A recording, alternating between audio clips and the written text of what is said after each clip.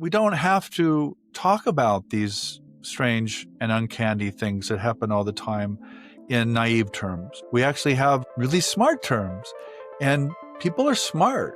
Arden, they really are. They want smart talk, and they want to think about these things in ways that are not naive or not simplistic. Welcome to the Repatterning Podcast, where we believe your mind-body system is your domain and that choosing the beliefs, habits, and patterns that best support you is your birthright. I'm your host, Arden Lee, creator of the Repatterning Project, an 8-week course in learning to free yourself from the patterns of your past and program your mind for your dreams of the future. Join me for these extraordinary conversations as we unpack the keys to creating our reality. Hello, everyone, and welcome to the Repatterning Podcast. We believe that your mind-body system is your domain to program as you wish. And today, the guest that I have with me is Jeffrey J. Kripal. I'm so excited to welcome him to the show. I want to share with you guys a little bit about his accomplishments. He holds the J. Newton Razor Chair in Philosophy and Religious Thought at Rice University, where he served as Associate Dean at the School of Humanities. And his study that he specializes in is comparative religion. But he calls it a new comparativism because what he is doing is he is bringing in the impossible, the paranormal, the supernatural into the world of academia.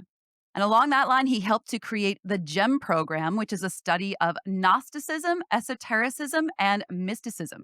He also hosts the Archives of the Impossible at Rice University, which is a collection of files that detail UFO or UAP sightings and experiences and paranormal phenomena. He is also the co-host of the Archives of the Impossible conference series. His work has been featured on Beyond UFOs and the Unknown, which is produced by J.J. Abrams. And you can view that on Apple TV. And he has also authored a number of books, including The Supernatural, A New Vision of the Unexplained, Mutants and Mystics, Science Fiction, Superhero Comics, and the Paranormal, How to Think Impossibly, and the book that we will be discussing the most today, The Superhumanities, Historical Precedents, Moral Objections, New Realities. Jeffrey, thank you so much for being here with us today. Thanks for having me. Thanks for the intro too, by the way. Yeah, my pleasure.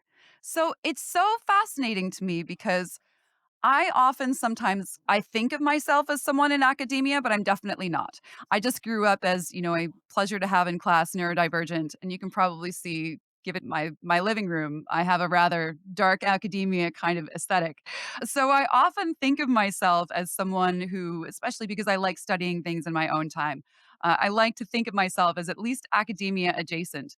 But reading your book and looking into some of the ways that you unpack how academia has been, up until this point, fairly closed off to experiences or phenomena that it cannot explain away with rational materialism. Tell us a little bit about your work in that area. Yeah, I mean, so that's the basic argument of the book.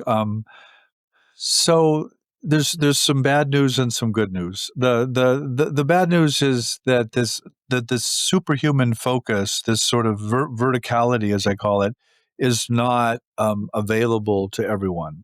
It's not democratically distributed. It's really within a kind of charismatic or religious or philosophical specialists. The good news is that I think this is the origin of a lot of thought and a lot of thinking and a lot of books that people read and that we assign and that we interact. And this is the kind of superhuman academy that I'm trying to talk about. So I think there's a kind of punch, or there's a kind of secret essence to a lot of the classics, not just in the humanities, but in the social sciences and the sciences as well, that I think is really driving a lot of this inspiration and a lot of these new paradigms. So that's really what I'm trying to do. And I'm just Arden, I'm just a grown-up kid from the Midwest. I don't have any I look behind myself. Like when you give that introduction, I'm like, who are you talking about? That's not me. I'm an ordinary kind of person, but the academy is an institution that, my joke is it would have me. It allows itself to say these things and to challenge worldviews that I find really healthy and positive and powerful. And other social worlds, other professional worlds don't allow themselves to do this, but it can be done. It can be done in the academy. So that's why I'm here.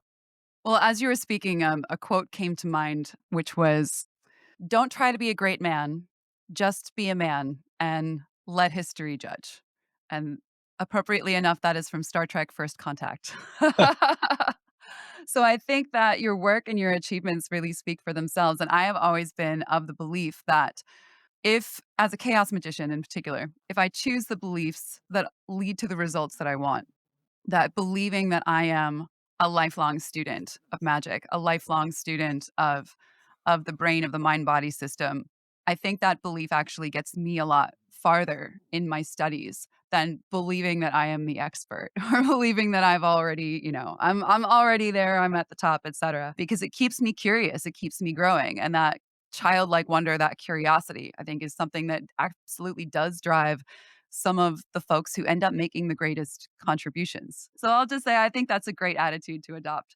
Well, and a lot of the academy, and of course, it's not a perfect institution, but it's sort of chaos magic as an institution. I mean, that's really the basic idea that, and it's not that individuals can necessarily create their own reality, although sometimes they do.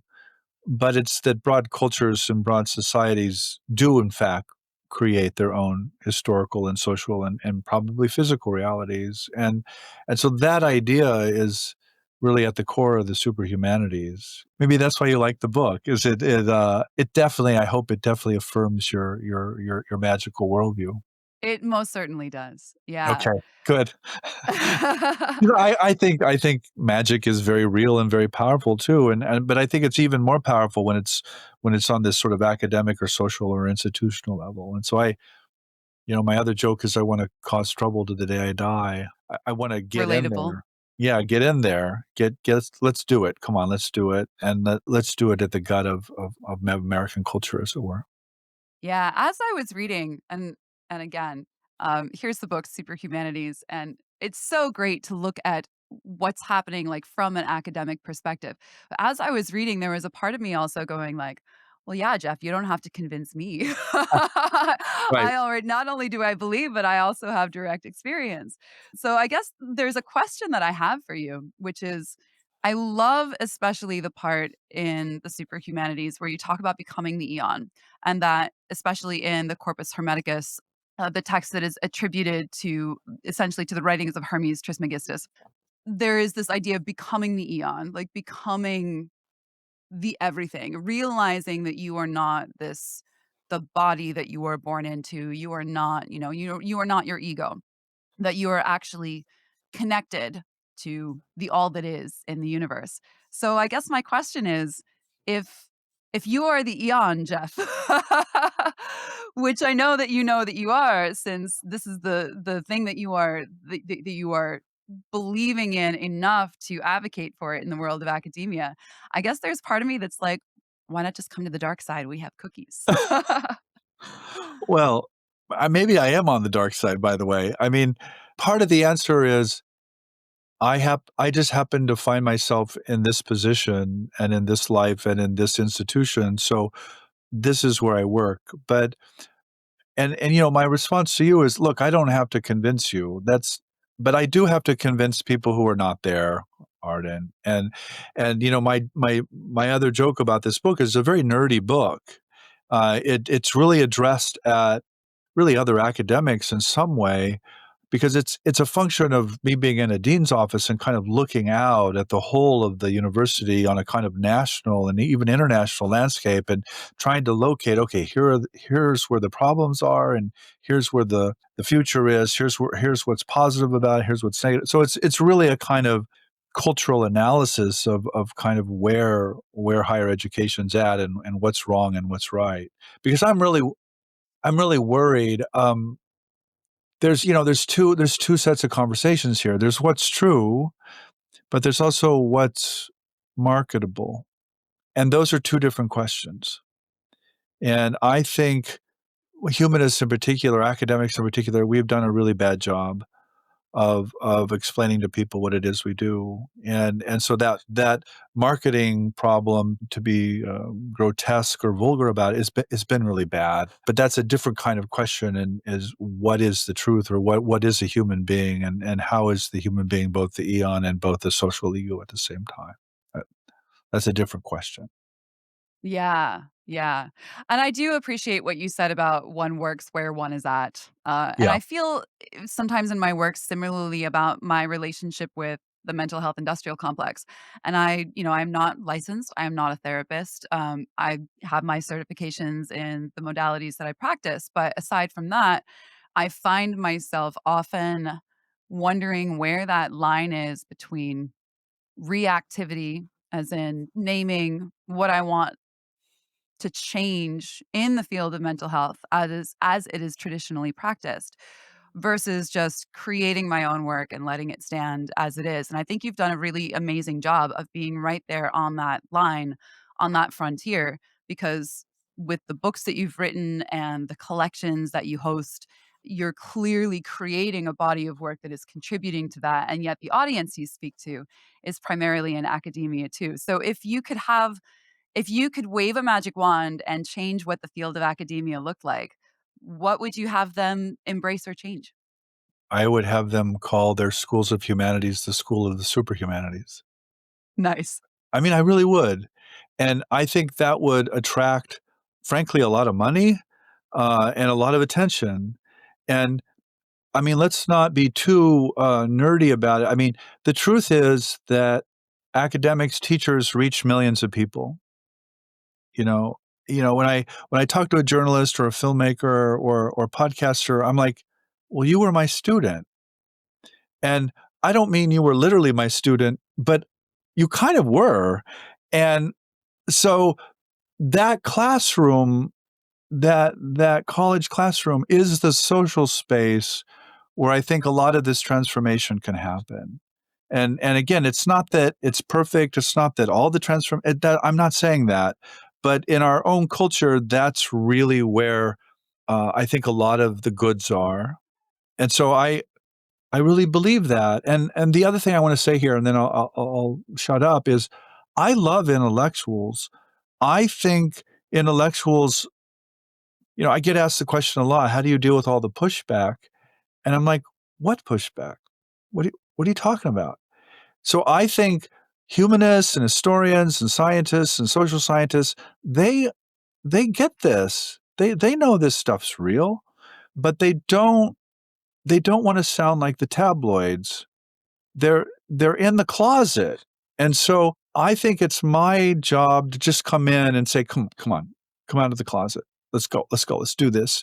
Here's how we talk about it. Here's how you don't sound like because I think that I'm as critical of the tabloids, just to use a framework, as anybody.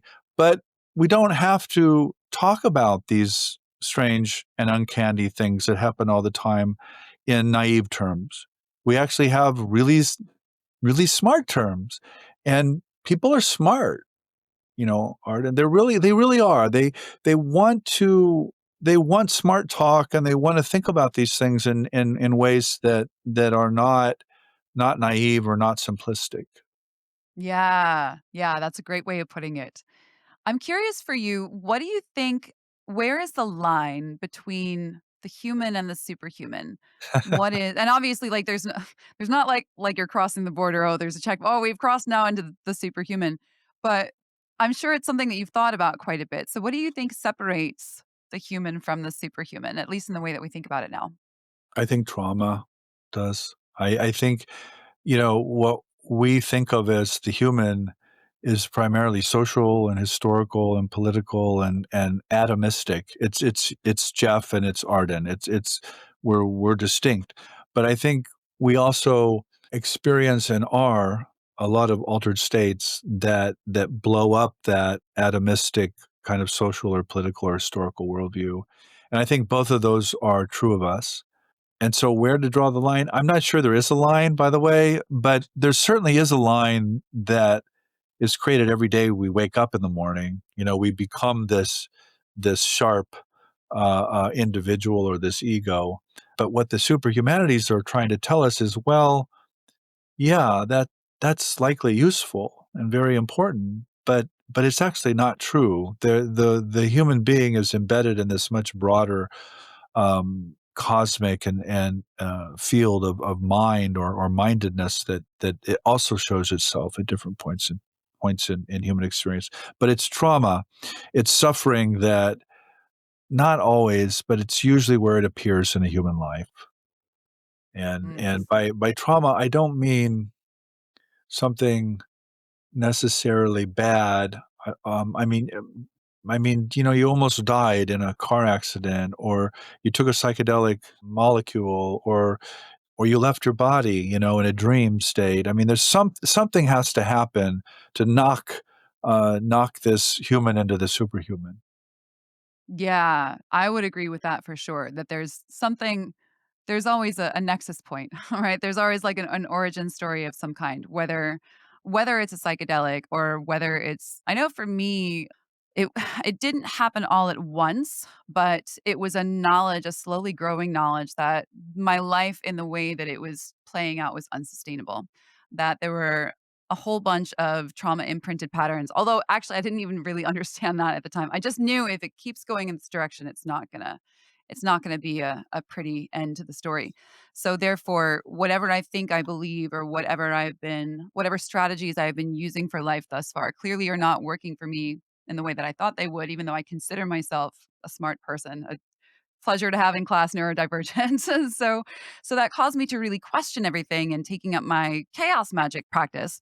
One of the first things that I essentially did was try to rearrange the pillars of my life so that I could heal and have the things that I wanted to have in life. So there's always, I think, that whether it is something that we could think of as a truly paranormal experience, and alien abduction, and I've just had Grant on the podcast quite recently, to to talk about also some of their experiences, Yeah. or whether it is something where it's just like you get pushed too far in life, you have a trauma that, perhaps fragments your consciousness, or you have that moment where that fragmented consciousness comes back into integration and all of a sudden everything that you think you understand changes.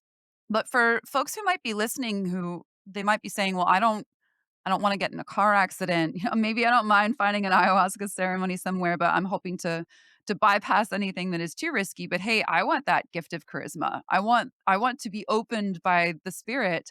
What would you recommend?" Be careful what you wish for.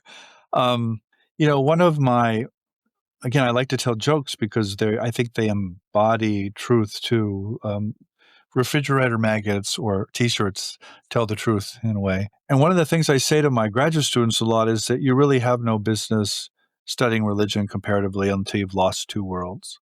Mm, And they look at me kind of funny, and I'm like, look, if you haven't lost a world, you think that your beliefs and your reasons are sufficient and that they explain pretty much everything. And wow. if you've lost one world, the chances are extremely high you've just jumped into another. And it's probably secular scientism, by the way. And so you think that that world is sufficient. When you realize that that world is not sufficient, whatever it is, whatever your second world is, you're going to think twice about jumping into a third worldview because you're going to start to say, at least I think you're going to start to say, well, what makes me think a third worldview is going to solve all these problems that the first world or the second world didn't? And I think that's correct.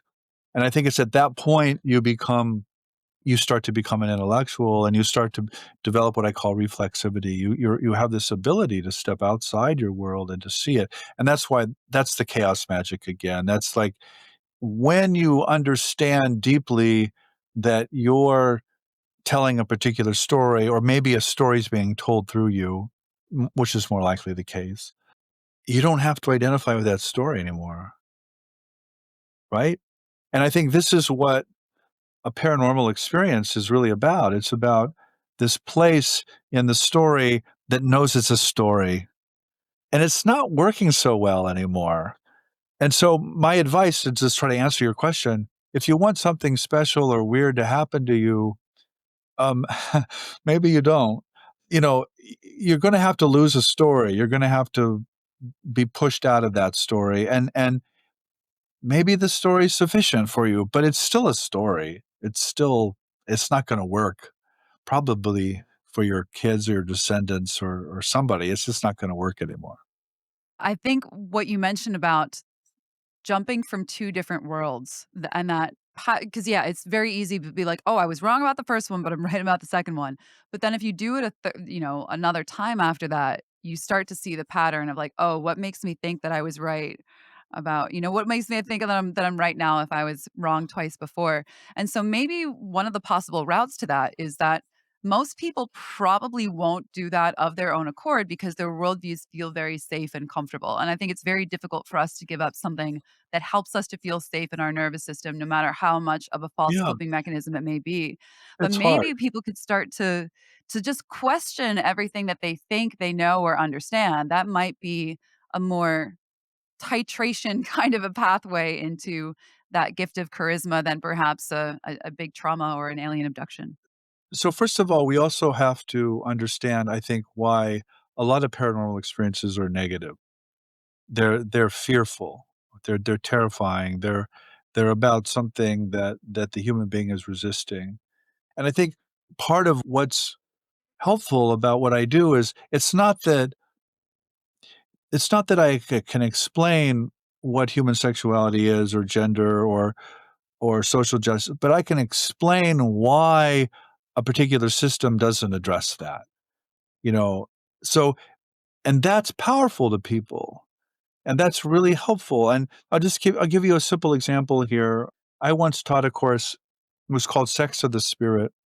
It was on the relationship between sexuality and spirituality, and I made the mistake of going around the room and asking people to tell their life stories about sexuality and religion.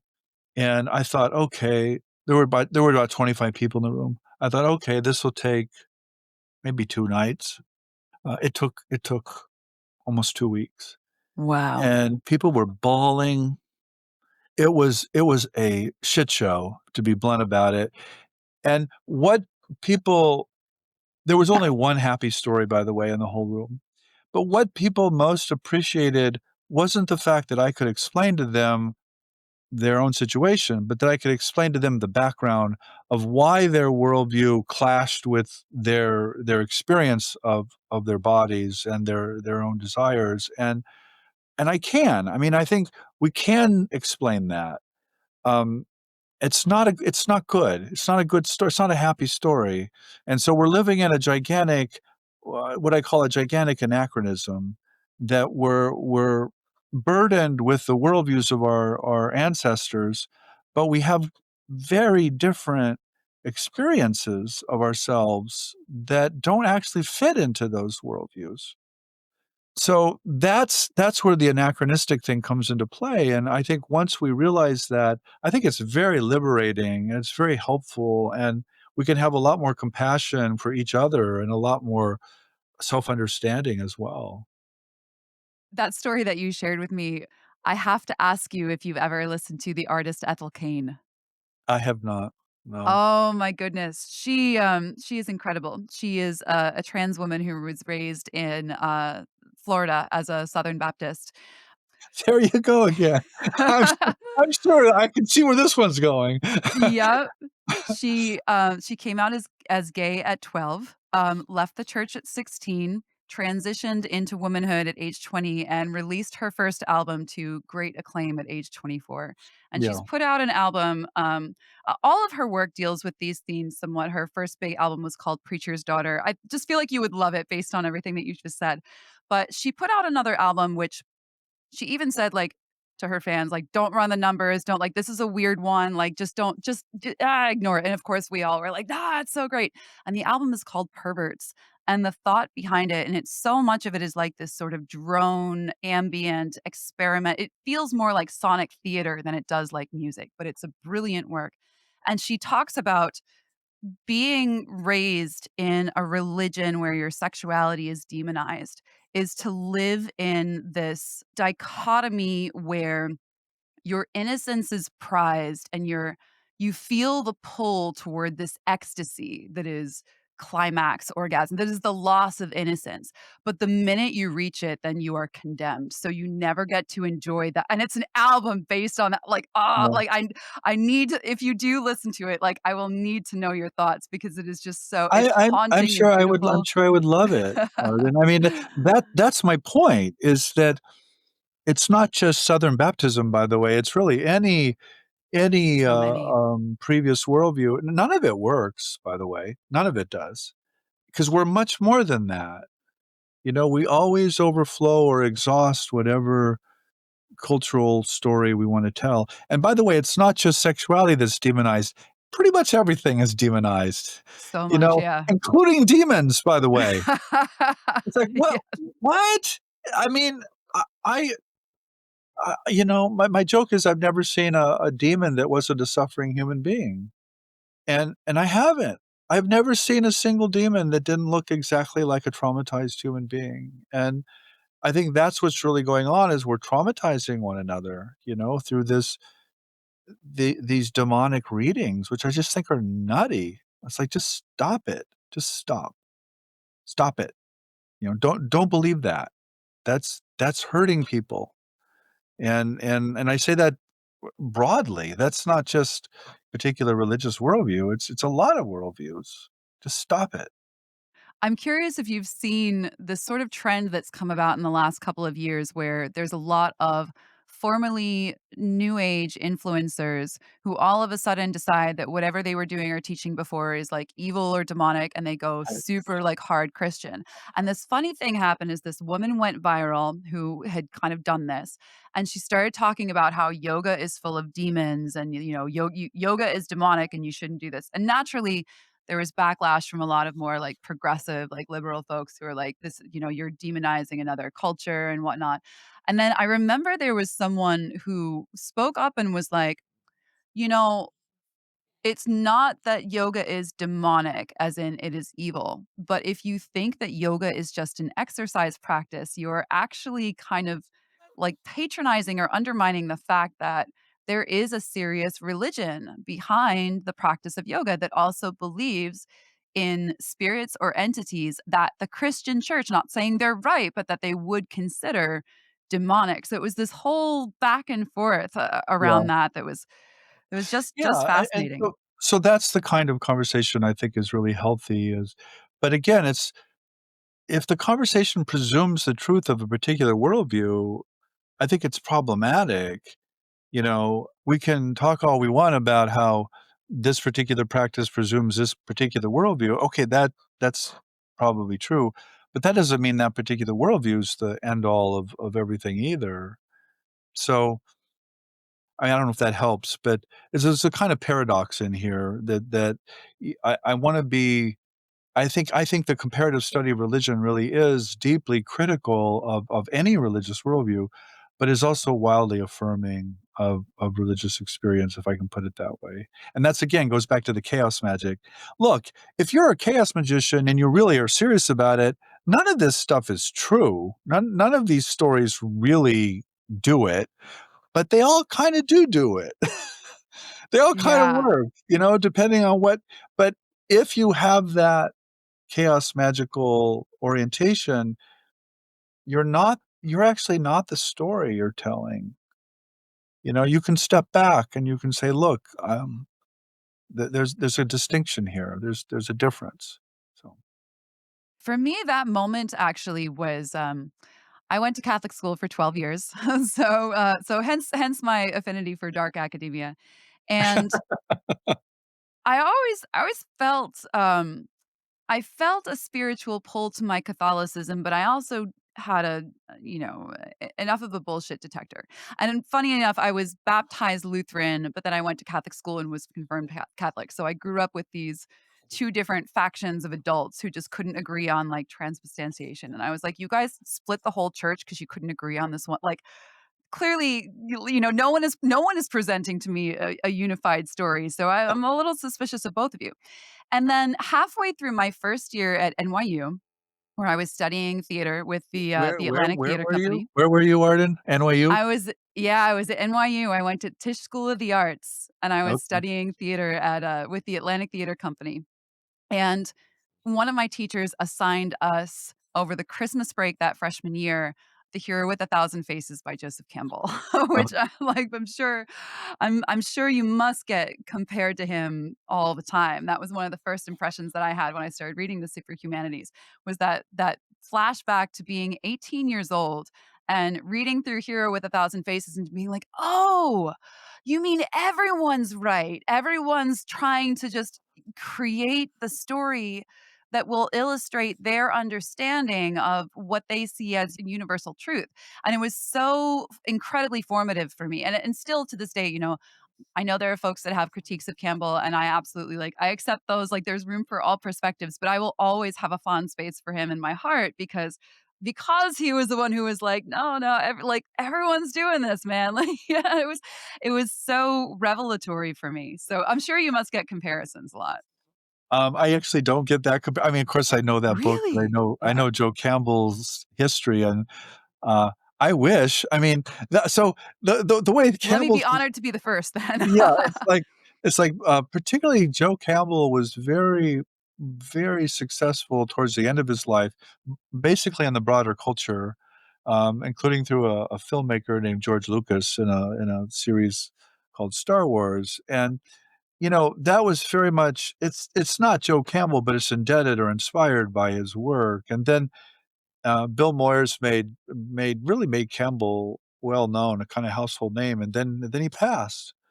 But that basic insight that the hero has 1,000 faces and that humanity kind of puts on the garb, as it were, of different worldviews and different mythologies, I think is at the core of certainly what I do, certainly at the study of religion, and but what's shocking to me, Arden, is that it actually doesn't excite everybody, so you are a weird kid, and I say that affectionately and fondly, Oh, and yes.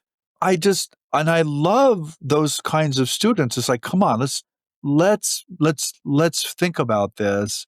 But it's stunning to me. It's really stunning how few people are capable of that. Well, I hope maybe we inspire a few people out there listening to start thinking a Well, little bit more like we this do. is a select crowd, right? I mean, you have a particular audience, so they're already set up. They probably already think this way, and of course, I get that in the classroom a lot. It's just a self-selected crowd, but I think the thing I deal with the most is complete and total apathy. If I can put if I can put it that way, yeah. It's Well, sad, I'll but be true. sure to do some road opening magic to draw listeners who Okay. maybe would not have but maybe who are the ones who are ready, who are like right on the threshold that they've never really thought about this before, but they're something in their spirit is drawing them. So And I'll by the keep my way, fingers crossed. I actually grew up in a town, it was all Lutherans and Catholics, by the way, mostly. So I know that scene extremely well. I mean, I laughed at it when you explained it.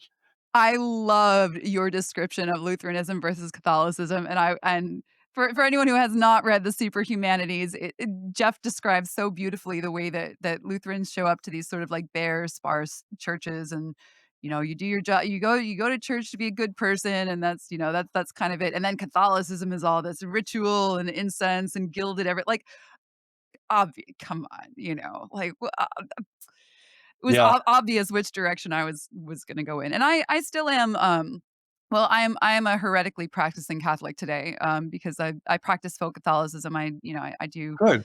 Good for you. novenas, I work with saints, and yeah, I don't go to a church, but I work with the Catholic figures, at home. Saint Expedite came through for me real big a couple weeks ago, so working with figures like that.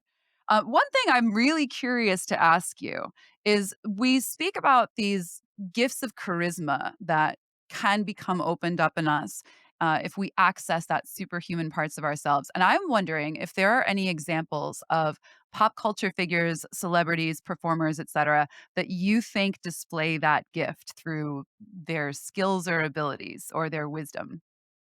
Well, charisma, and by charisma, of course, we don't mean just fame. We don't mean just popularity. We mean something really. At least I mean something really special, really powerful. I'm not sure. I mean, in terms of, well, you mentioned Grant Morrison. Grant certainly has this charisma. They write about it though. This is in Yeah. the comics. This is in the X-Men. This is in Superman. So this kind of charismatic oomph, this fifth dimensional abduction experience, that's core to the writing. And so I think this is again is the superhumanities that we're talking about. That's why these graphic novels, or that's why these forms of popular entertainment are so popular, is they have this core charisma at them, and people pick this up, and I think it's largely unconscious though. I don't think we generally understand it. I just had a conversation about charisma in class, and generally certainly what I mean by that is like it's when somebody can touch you with a feather and send you literally into orbit, or you can experience the immortality of the soul, like just like that. So these are not minor things. These are life-changing moments that are only possible with certain charismatic individuals. And I've only known maybe 2 or 3 of those in my whole life, by the way. So I think it's extremely rare. One of them, by the way, is Whitley Strieber, with whom I wrote The Supernatural. That guy he's radioactive, and Wow. and I mean, he's not like the rest of us, and I mean that with great admiration. I mean, that there's something going on, and so it's that something that's that charge or that electricity, whatever metaphor we wanna use that I'm trying to get at, and I think that's the origin of what we call religion, or what our ancestors call religion. I think it's the source of a lot of great literature and popular literature today, and we'll call it something else in the future. I don't know what we'll call it. And that's I just made up the superhumanities because I'm like, well, it's the superhumanities. That's It's like such a great name. It's such a great title. yeah. I'm curious if your definition of charisma, I absolutely agree that it's not just about fame or popularity because those can be manufactured, especially in the day with, Well, they are today's manufactured. media. Yeah, they are manufactured. But I'm curious if there is any overlap between your definition of charisma and, say, Robert Greene's definition of charisma in The Art of Seduction, where he talks about performers like Elvis who seem to have like a spirit come over them during the performance. I'm wondering if you see that in anyone's art or performance today. Um, I don't know. I'm kind of an old fogey, a dud. Fair Um, enough. I mean, but Elvis, by the way, had an occult Gnostic practice, and Wait, real? I didn't know this. Now I'm yeah, super yeah. fascinated. So that's a very obvious example of charisma. I mean, he also had, of course, a voice and the looks and the whole thing, but there's this whole occult Gnostic background to Elvis's, and also a super heroic background as well. He loved Shazam, and he loved superheroes and kung fu, and all of these things were very much a part of that. And I don't, and again, that's the superhumanities. We don't associate that with Elvis, obviously, but if the more you learn about Elvis's life, the more this it's just like it's obvious, like just Wait, do you know obvious.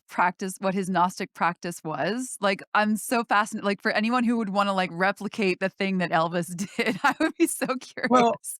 I wish I can't Miguel's name. It's called the book's called The Occult Elvis. It came out this last year, and it's filled with this background, and that's the place to go to find out about Elvis. It's called The Occult Elvis. Oh my I'm totally putting that on my reading list because Yeah. that is fascinating to me. Oh my goodness. But it's a good example. It's a great example of what I mean by the superhumanities is that there's this Gnostic or mystical background to these figures that become really huge. I think some entertainers have it.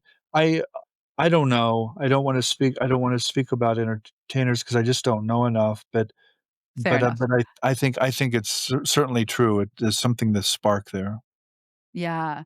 I'm also curious, as someone who works in or at least tangentially to the field of professional magic, because of course I guess I'm sort Yeah, of in that space between yeah. professional magic and mental health care, which is very, people have lots of ideas about me being in that space.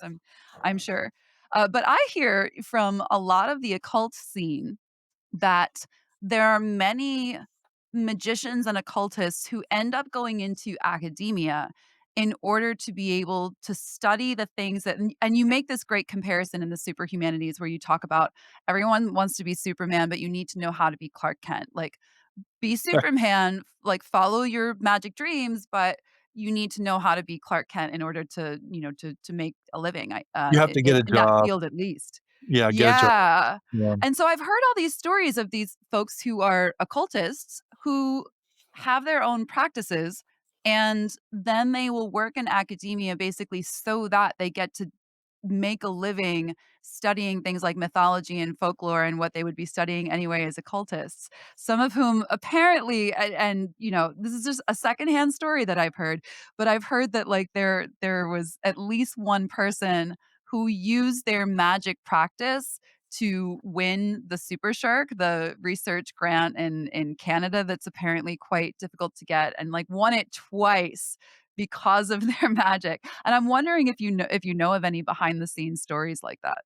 Well, yeah, there's tons of stories. I mean, I wrote a whole book called, Roads of Excess, Palaces of Wisdom, and it's basically on scholars of mysticism who had mystical lives and who had mystical experiences. In terms of the actual magical practitioners, I mean, I personally think the academy is perfect for this. I think that's of course where they're drawn because the academy itself is magical. This is the way I would put it. Now, it's not, of course, for most people and traditionally or conventionally, but there is this background to it that encourages that and that allows for that in a way that I think is very useful to people. So, yeah, I mean, I know people who study magic, by the way, for a living, and they're they're deeply magical people, but you're not going to generally know that until you get to know them or you get enough beer in them or or over dinner or something. I mean, that's just the case, you know? But I think that's always been the case, and I think we're getting into, towards the end of this, we're getting into the question of esotericism and whether certain forms of knowledge can be spoken to everyone or whether there's a particular group of people or maybe a very small group of people. That to me is a serious question. I think it's funny because there have been so many commercial occult teachers, especially in the past decade. Like I think of Jason Miller in particular, who, strategic sorcery is his the company under which he teaches, and he provides all these online classes. And he's someone who's traveled the world and studied with all these different teachers, and then can sort of translate what he's learned into systems of magic for people to learn. And so I think I take it for granted sometimes that like, oh, if you're an occultist, well, you're going to be on social media and you're going to be on, you're going to be posting content or whatever. You're going to be trying to make a living at it. But another thing that you mentioned in the superhumanities, and only very briefly, if I recall, but you were talking about the fact that there are corporations, for example, that will hire mystics and sorcerers in order to maybe like divine on how their next quarter is going to be fiscally or to do protection. I've even heard, and again this is secondhand, but I've heard someone say like, "Oh, you would think that you would be able to sort of like vampirize some of the financial success energy of Amazon, like they have so much that they won't miss any, but no, don't do that because they're actually quite I'm like, should I even be saying this on the podcast? But like, they're like, no, don't do that. You will get knocked back because they have protections up. So I'm curious, like, where you learned about that, or if there's any examples that you could share of stories that you've Well, heard of. so I don't know what part of the book that is, but I mean, like, for example, right over here, a few hundred feet from me, we have our Center for the Impossible, and we have archives on the remote viewing practices that the US government and the military branches and the intelligence branches all funded for 23 years. And so we can talk all about how magic is demeaned in the public, but it's not people know darn well that human beings that it works essentially.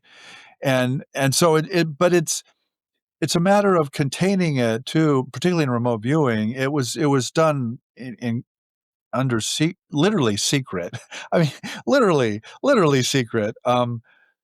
But governments and my one of my jokes is that the paranormal has always been weaponized.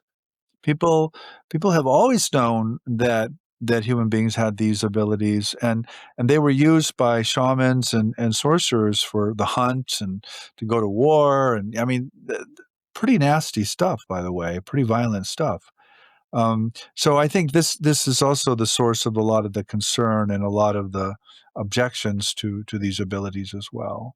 Mm. It's a big question. It's a big issue. Oh, for sure. I'd love to I wrote down a quote that you quote in the Superhumanities of Wouter J. Hanegraaff. I hope I'm pronouncing that correctly. And this is on the Hermetic texts. This is Yeah.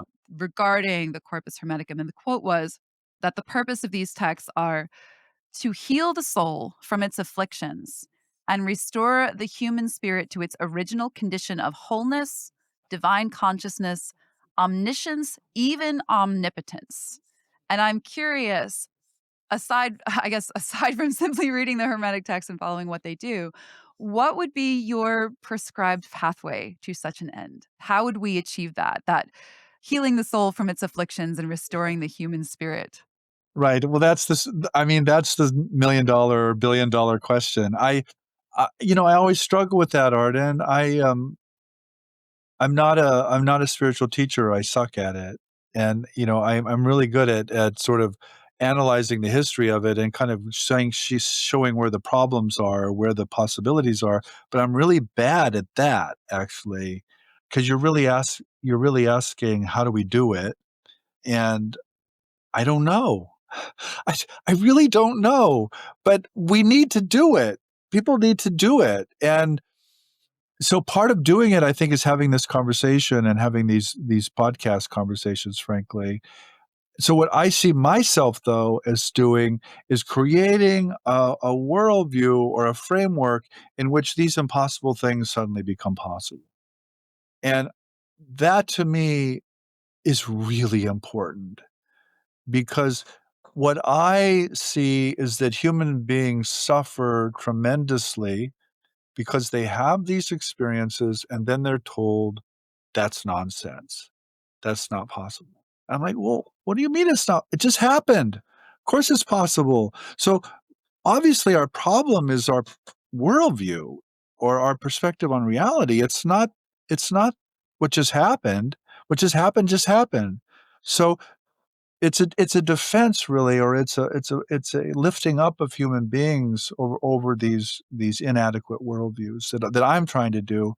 And I know that's not an answer to your question, how we do it, but okay, it's up to you, by the way. I'm the old guy here. I'm the generation moving out. You're the generation coming in. It's like, okay, do it. Go do it, you know? Do it, as Grant would say. Don't just Yeah. sit here, listen to my bullshit. Do Yeah. it. Well, but Grant has done it, and because people read these graphic novels, and then they enact practices, and they literally do it, and so that's that's what I hope. That's what I hope for people. but I'm very I also have this very, I don't want to call it humble, but it's this very constrained sense of what I can do. It's like, okay, here's what we can do. Here's what we can't do. Okay, let's be comfortable with that. I'm curious, and you don't have to answer this, and I can also edit it out if, if you wish. But I am curious if you have, ever pursued psychedelic experiences. I have actually. I I got so sick and tired of that question, because I You're like, "I'm just gonna do it to shut people up." yeah, because I wrote this book actually on the history of psychedelics largely, and everybody in the psychedelic community just assumed I had done it. I was like, I didn't do it." But I got so tired of that question. I literally went to another country and did it. And I'm like, "Okay, I did it. Okay, all right, I did it, and I did it now." How was it for you? Um, I had a lot of the physiological effects. It was ayahuasca, by the way. Nice. I went jumped into the deep end of the pool, as it were, but I didn't have the DMT machine elves experience, which of course is what I was looking for as well. So, I mean, this is sort of the source of I'm dull. It's like, yeah, you gotta give this body and this person a lot of tea to get him to experience something. And obviously I didn't. The Mhm. dosage wasn't high enough. Yeah.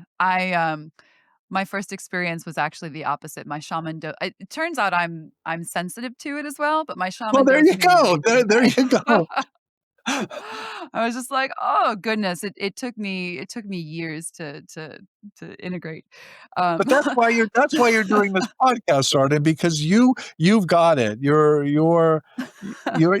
one of these people around whom these things can happen, and I have a lot of sympathy and a lot of solidarity, but I don't have what you have, whatever that is. well, if you ever wanna join me, I will find a place where we A can go lot and of do the people same have with said that, by the way. A lot of people have offered that, yeah. I'll add myself to the list. Well, I want to bring on our producer, Tommy, whom I know that you know because Tommy was actually the one who, for those of you listening, Tommy was the one who contacted Jeff. Who Jeff has been part of her network for a little while now, and at the end of each episode, I bring on Tommy to ask a deep cut question, a kind of question that I think someone who is like a real super fan would maybe only know to ask. So, Tommy, I'm so curious what your question is going to be today. So I was first introduced to your work when a magic community told me about Mutants and Mystics, your book on the paranormal history of sci-fi and superhero comics. And I have been obsessed with that book since finding it, and like it was exactly what I was looking for as like a Grant Morrison fan, just finding like where else have these patterns shown up. And I'd love to know, now that it's been over a decade since that book came out, like have you come across any other sci-fi writers or like graphic novelists that you look back and you're like, dang, I wish I could have included them in that book, or like they'd be worth it Yeah. if we ever expanded this book? Yeah, so that book, Tommy, just for so that people know, the premise of the book is that superpowers are real, basically. That people, particularly artists and authors who created science fiction and superhero comics, often had these exact kinds of experiences. That's essentially the basis of the book. Since then, one of the things that came out of that book, and since then, is this graphic novelist named Jack Katz, whom we now have Jack's drawings. And the thing about Jack is he was with the history of the comic book from the 1930s on. So he pretty much knows everybody. He's no longer with us. He passed away this last spring or last winter, but in his like late 90s. I mean, he really goes back. And I knew Jack. I knew him personally through Jacques Vallée, actually. And he had a lot of these abduction experiences as well, and talked about an implant and had a lot of these paranormal experiences that he then wove into his graphic novels, which he himself drew and wrote. And we have a number of those in our archives that are even not published. So that's who I would focus. I would probably write an entire chapter on Jack and those novels, just because they're right here, and I can get to them and talk about them in a way that probably other people can't. Jack Katz is new to me, and I mean, I've been into comics for most of my life, so I'm really looking forward to going down their like graphic novel rabbit hole. Do you know if, like, other than how it's influenced his fiction, like, have his abduction experiences been like explored Yeah, anywhere? I would look at a book called The Hidden Jack Katz, Hmm. and it's right. It's actually right. It's called The Unseen. I'm sorry. It's called The Unseen Jack Katz. And then there's I can share with you, I've written about his abduction experiences in a little piece for a comic fanzine that I can share with you. Ooh, yeah, I'd love Um, that.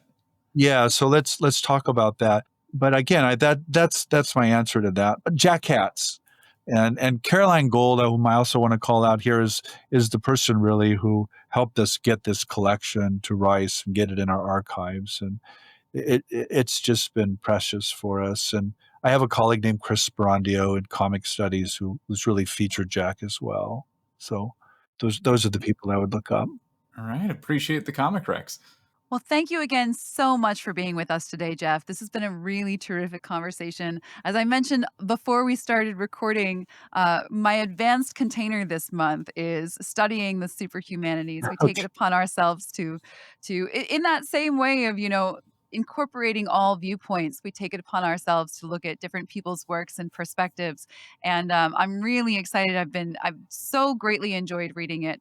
I love the fact that this is something that you are advocating for in academia and that you are on the front lines of that field, creating not only ways for academia to continue to embrace the paranormal and those things that there are so many accounts of happening that at this point it's pointless to deny the reality of them, but also creating a safe and compassionate space for people to share their stories with you. Yeah. And as we all know, that is so critical to people's healing and integration. So I want to just personally say thank you for your work. And everyone, go ahead and read the Superhumanities if you're listening to this and you've enjoyed today's conversation. And Jeff, where else can people find you if they want to follow what you're doing? Well, usually the obvious one. I mean, you spoke about Amazon. That's where all the books are. But the University of Chicago Press, and I actually have a website, jeffreyjkripal.com, that kind of lays all this out, and I hope a useful way. Excellent. Well, thank you again for your work. Thank you so much for being here. This has been a terrific conversation. And thank you to all of our audience today for listening. Your challenge is to go forth and unveil your superhuman nature. Follow those Hermeticist texts, follow whatever pathway calls to you, but do not settle for your mere humanity when you can embrace your superhumanity. Thanks so much, Jeff. Everyone, have a Thank great day. you. Thank you. Thank you for listening to the Repatterning Podcast. If you're curious about the Repatterning Project, the 8-week course in mental mastery and creative freedom that inspires these conversations, you can check out more details at therepatterningproject.com. We run a cohort twice a year, or you can download the self-study version of the course and get started today. We also offer a 4-week course on narrative magic and archetype titled Myths and Magic, Changing Your Life Through Story, also twice a year. If you'd like to join our community, the Repatterning Parlor, on Discord, you can sign up for $5 a month at patreon.com/the Repatterning Podcast. Thanks to everyone who makes the Repatterning Podcast possible. Firstly, our award-winning producer, Tomi Trembath of the Keymaster Collective network of podcasts. She also produces Transcending Comics, Vision in the Void, and Giant-Sized Violence. Thanks also to animation studio Mortis Madriax, who created the video for our introduction, as well as to Andrew Means, who composed and produced our theme music. And also thanks to Alvarez, who took the photos of yours truly that you see on the cover of each episode if you're watching the video version. And finally, thanks to you, our listeners, who give meaning to this work. Our greatest wish is that whatever you've heard today inspires you to live freely and begin creating your reality from the inside out. Thanks for tuning in, and we'll see you again soon.